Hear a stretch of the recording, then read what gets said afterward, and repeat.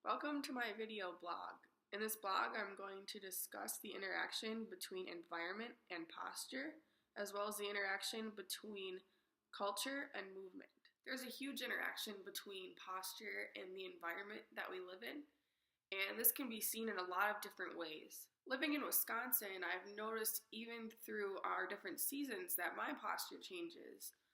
For example, in the winter, when I go outside and it's really cold out, I tend to kind of hunch down a little bit more than in the summer. When it's nice and warm, I tend to spread out more to cool myself off.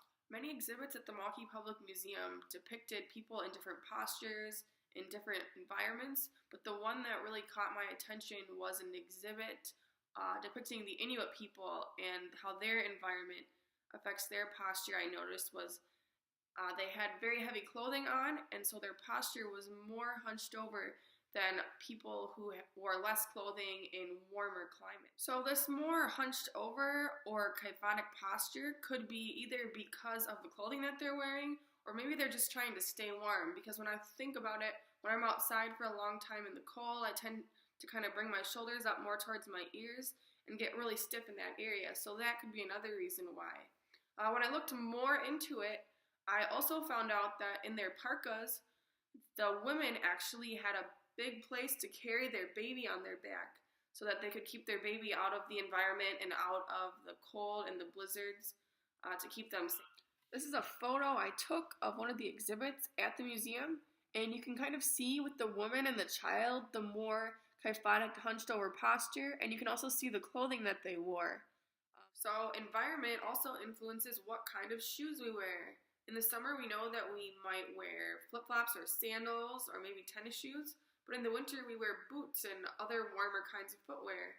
So that's another big influencer of our posture, because depending on how our feet and ankles are on the ground, whether they're pronated or supinated, that can change our whole posture.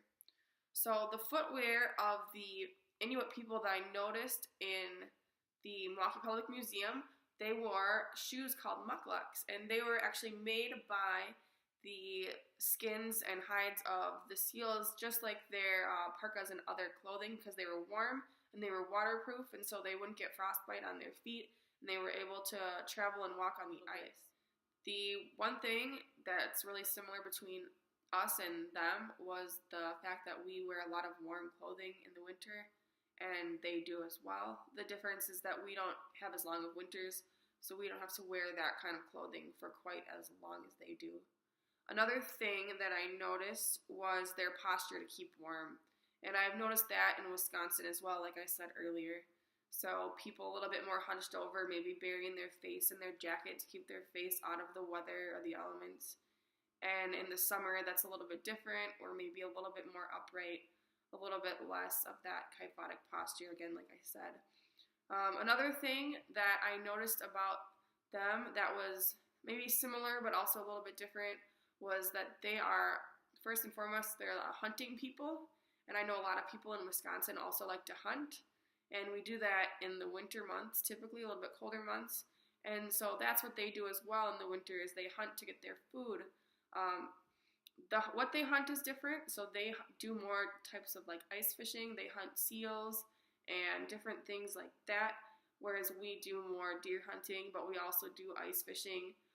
We do it in a little bit different way here though. So their posture when they fish is they would more like lay on the ice and use a spear or something to kill what they're trying to get, where we would use a fishing pole, which gives us more of an upright posture versus a laying down posture. Here's a picture from the exhibit of one of the Inuit men, just showing how that they hunted and fished in the winter. You can see that's a little bit different than how we do it here in Wisconsin today. Next, I want to discuss the influence of culture on movement.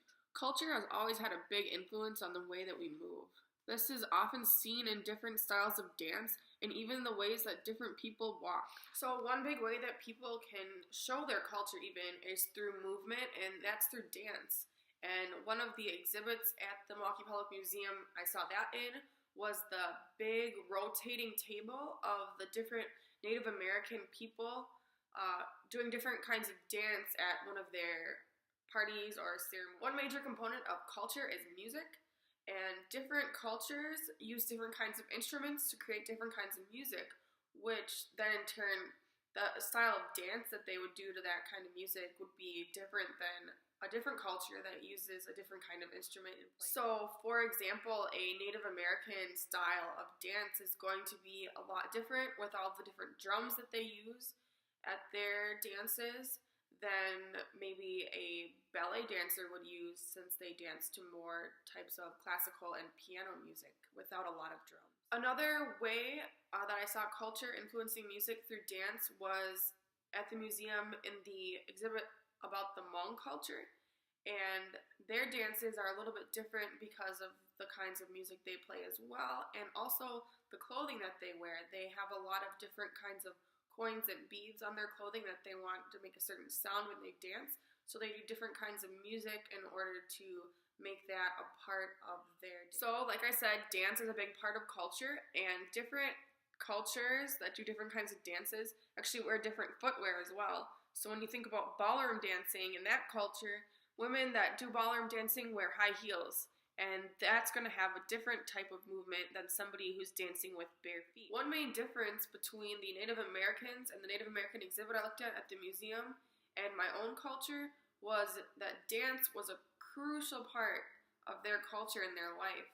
They have a lot of religious ceremonies and festivals that are centered around dance that they do. So something that I found in common or similar to the Native Americans at the exhibit that I looked at was that they like to dance at their weddings or their marriage ceremonies, and I thought that was really similar because in my culture that's something that I like to do as well. So overall, reflecting back at going to the museum and doing this video blog, the main thing that I took away from this is that when looking at a patient's or a person's posture or how they move, it's important to consider not just the biomechanical aspects, but it's also important to look at their culture and their environment and how that's going to influence their posture and their movement. As a PT, it is important to understand that culture influences movement and movement influences many aspects of a person's life. So, as a PT, it is my job to help improve a person's movement that will in turn improve their quality of life. It is important to understand that culture in order to help a person work towards their goals, and it is always important to consider environmental factors as a PT because they have direct influences on posture and movement. For example, if a patient is from a culture where they might have a weekly religious ritual where they have to dance barefoot in the dirt, then as a PT you would want to know that because you would want to incorporate that into writing goals for them, and you also want to know that before diagnosing what might have caused a problem in the first place.